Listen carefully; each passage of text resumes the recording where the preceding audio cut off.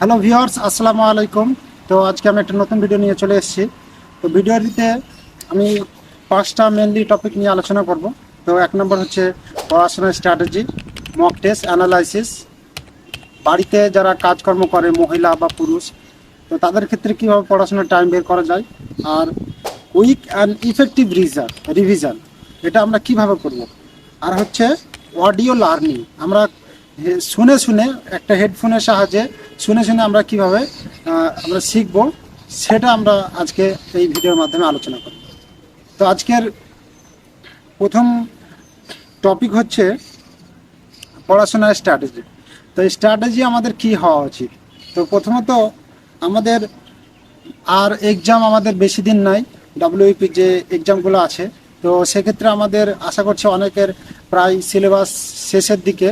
তো এই সময় আমরা কিভাবে প্র্যাকটিসটা করলে আমাদের বেশি ইফেক্ট হবে, লাভে আসবে। তো সেক্ষেত্রে আমাদের যেসব চ্যাপ্টারগুলো কমপ্লিট হয়েছে, তো এখন বেশিরভাগ ছাত্ররাই সবাই অনলাইনে পড়াশোনা করে।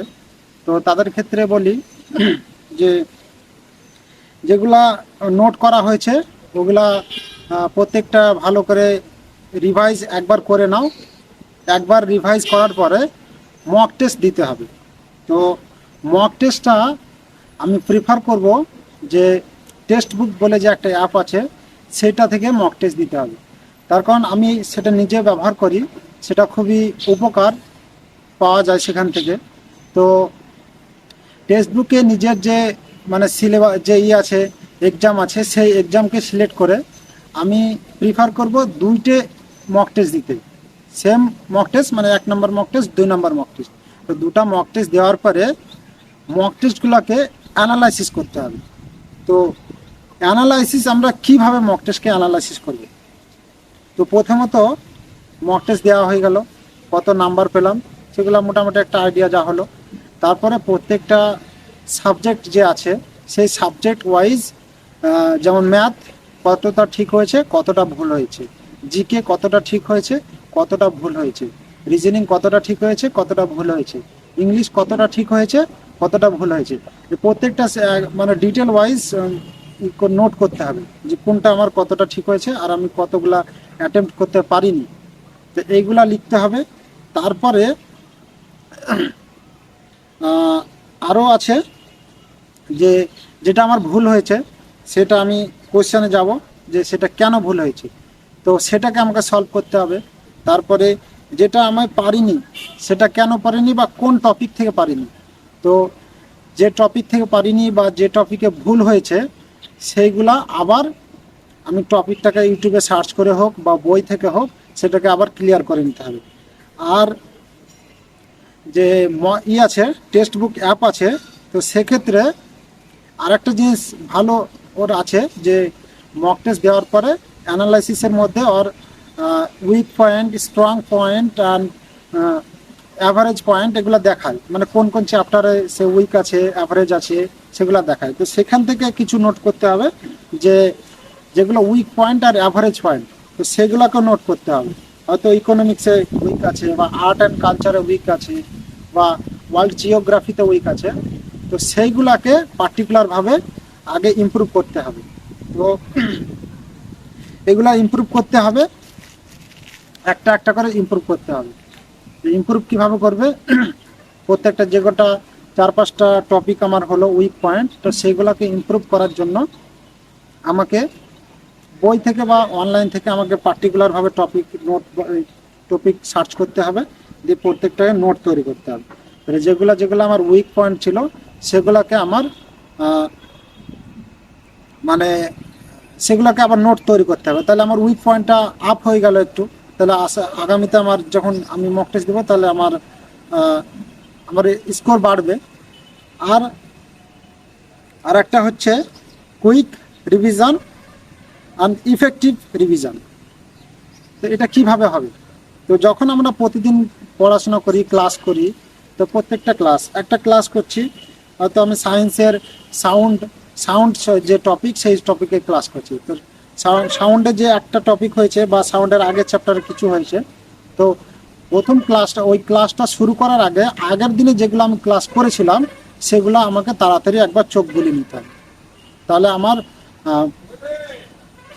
মানে যে মনে করার যে স্মরণ শক্তি সেটা আমার বাড়বে আস্তে আস্তে। আর কুইক রিভিশন কিভাবে করব সেটা আমি একটু দেখাই। যেমন আমি একটা টপিক মানে বোঝানোর ক্ষেত্রে আমি একটা টপিক বেছে নিয়েছি, সেটা হচ্ছে দিল্লি সুলতান, মানে দিল্লি সালতানাত। তো দিল্লি সালতানাতের মধ্যে আমাদের দুটো পার্টে ডিভাইড হয়, একটা হচ্ছে সুলতানি যুগ আর একটা হচ্ছে মুঘল যুগ। তো এইভাবে আমাকে পড়তে হবে। তো সুলতানি যুগ 1206 থেকে 1526, আর মুঘল যুগ 1526 থেকে 1857।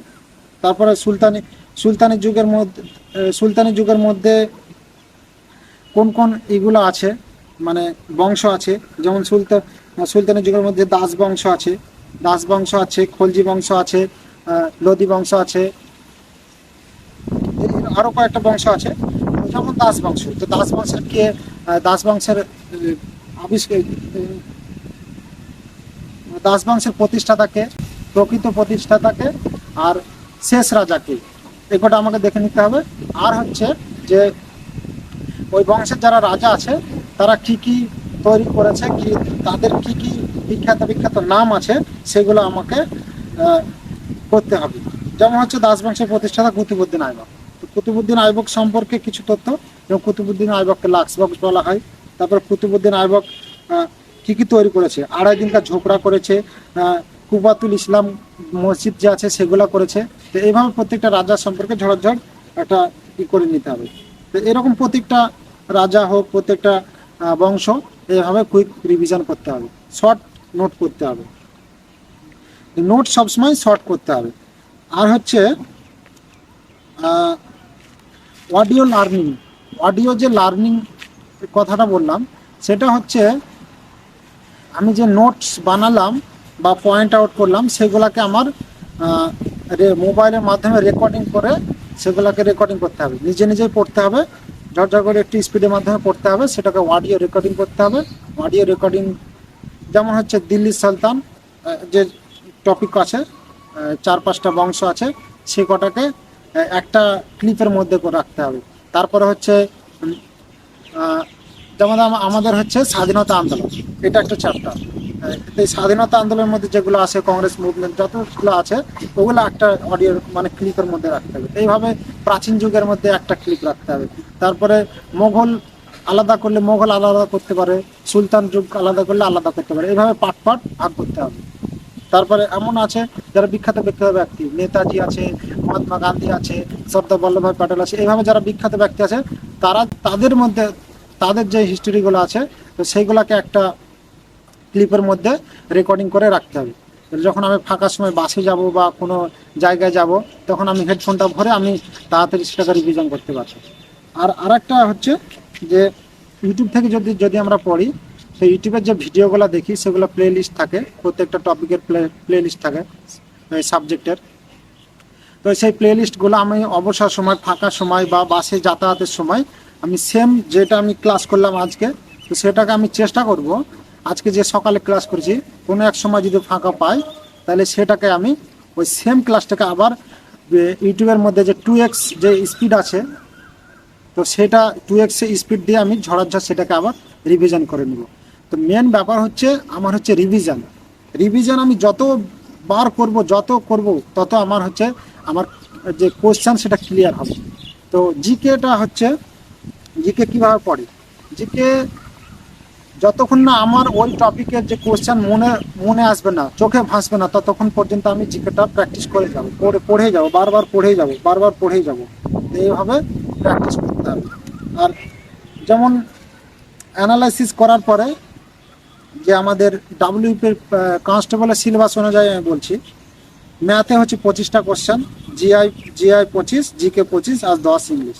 তো আমাকে টার্গেট রাখতে হবে ম্যাথে 20 থেকে 22টা কোশ্চেন আমাকে সঠিক করার, জিকেতে 18 থেকে 20টা কোশ্চেন আমাকে সঠিক করার, আর জিআইয়ে 22 থেকে 23টা কোশ্চেন আমাকে সঠিক করার, আর ইংলিশে 7 থেকে 8টা কোশ্চেন আমাকে সঠিক করার চেষ্টা করতে হবে।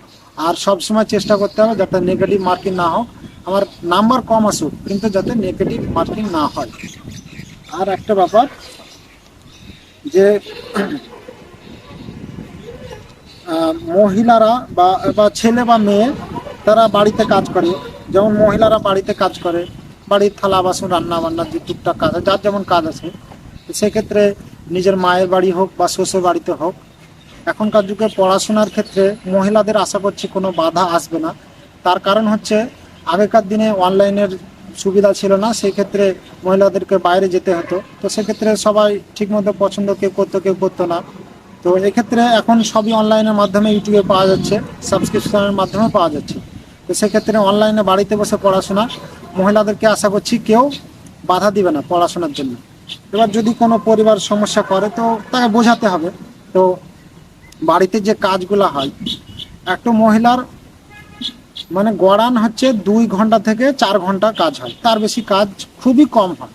তো সেক্ষেত্রে চেষ্টা করতে হবে সেই কাজটাকে একটা সঠিক সময়ে করে বাকি টাইমটাকে আমাকে পড়াশোনার জন্য লাগাতে হবে, এবং বাড়িতেও বোঝাতে হবে যে আমাকে মোটা মোটা কাজ যেগুলো আছে সেগুলো আমাকে ফিক্সড করে দাও, আমি সেগুলো ঝড়ঝড় করবো এবং আমি আমার পড়াশোনার দিকে আমি টাইম দেবো।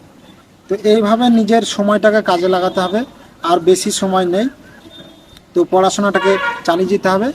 আর যে রান, তো পড়াশোনার পাশাপাশি রান তারাই করবে যারা রানে ভালো, রান নিয়ে যাদের চিন্তা নেই, তাদের কোনো এখন রান করার কোনো প্রশ্নই ওঠে না, তারা শুধুমাত্র পড়াশোনার দিকে ধ্যান দিবে। আর যাদের রান নিয়ে একটু টেনশন হয়, তো আমি বলবো তারা প্রতিদিন 2 কিলোমিটার করে তারা রান করবে, মানে একবারে আস্তে আস্তে করবে, যাতে পড়াশোনার ক্ষতি না হয় বা খুব বেশি প্রেশার দিয়ে মানে ঘুম আসছে পড়াশোনা করতে পারছে না, এটা করা যাবে না। আস্তে আস্তে মানে যাবে আসবে, 2 কিলোমিটার করে রানিং রাখবে, সপ্তাহে 3 থেকে 4 দিন রাখবে। তাহলে পরবর্তীতে মাঠ পরীক্ষা পাস করার পরে পরীক্ষার পরে তখন মাঠ যে হবে তখন সুবিধা হবে। আর এখন সবাই জানো যে ডাব্লিউপির ফাইনাল একটাই পরীক্ষা, তো সেক্ষেত্রে আমাদেরকে টার্গেট রাখতে হবে যে 85 নাম্বার আছে, তার মধ্যে 60 থেকে 70% আপ করতে হবে আমাকে, 60 থেকে 70% নাম্বার আমাকে এই রিটেন এক্সামে আমাকে তুলে নিতে হবে। আর ইন্টারভিউ যেটা আছে সেটা পরে দেখা যাবে। তো এইভাবে নিজের পড়াশোনাটাকে ভালোভাবে করতে হবে, আর সময়টাকে কাজে লাগাতে হবে। সময় আজে বাজে সময় নষ্ট করা যাবে না, যতটুকু চেষ্টা করতে হবে এই পড়াশোনার দিকে লাগাতে হবে। প্রচুর সময় আসবে এনজয় করার, সব কিছুই ফিরে আসবে। তো আমাদেরকে এখন যে সময়, এই যে ইয়াং এজটা খুবই মূল্যবান এজ, তাই আমাদেরকে সঠিক রাস্তায় কাজে লাগাতে হবে, সব কিছু ফিরে আসবে। বন্ধু থেকে শুরু করে আত্মীয় স্বজন যদি নিজে কামিয়াব হয় তো সব কিছুই ফিরে আসবে। তো অন্যদিকে টাইম নষ্ট করা যাবে না। কার কি কোশ্চেন আছে, কোয়েরি আছে, তো কমেন্ট বক্সে জানাবে। আর আজকের মতো এখানে শেষ করলাম। জয় হিন্দ।